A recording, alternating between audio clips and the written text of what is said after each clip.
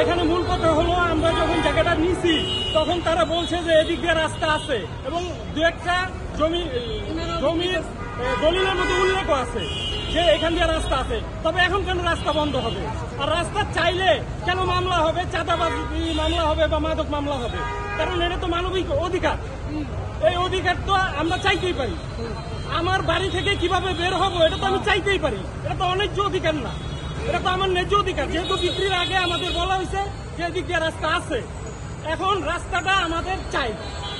যেভাবে ভালো হয় 10 জন বৈশা এটা সমাধান করে দেয়। আমাদের এখানে প্রায় 200-300 ফ্যামিলি পিছনে আছে, তো এদের তো রাস্তা দরকার। এটা তো মানবিক অধিকার, এই অধিকারটা আমরা চাই। রাস্তা চাওয়াতে আমাদের নামে মিথ্যা অভিযোগ দেওয়া হয়েছে চাঁদাবাজি ও মাদকের। এই তীব্র নিন্দা জানাচ্ছি এবং এই সংবাদটি প্রচার করাতে আমাদের মান সম্মান ক্ষুণ্ণ হয়েছে, মান সম্মান হানি হয়েছে।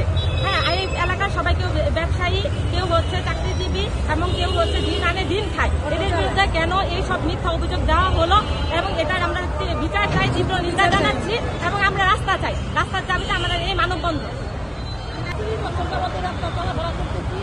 এখন হঠাৎ করে ওরা রাস্তা দিতেছে, তখন আমরা ওনার কাছে অনেক মিনিট করে হাতে পায়ে ধরে বলতে দেখেন আমাদের পায়ের হাঁটা রাস্তাটা দেন, রাস্তা ছাড়েন।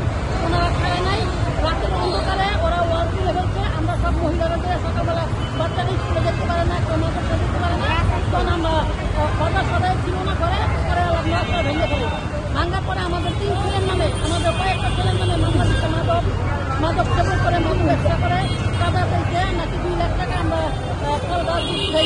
গাছ দুটো ভেঙে যাই, ওটা শিকড়গুলো থাকবে।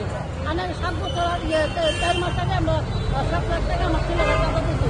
4 মাস আগে কেন ওনারা মামলা দিল না? 4 মাস আগে কেন ওনারা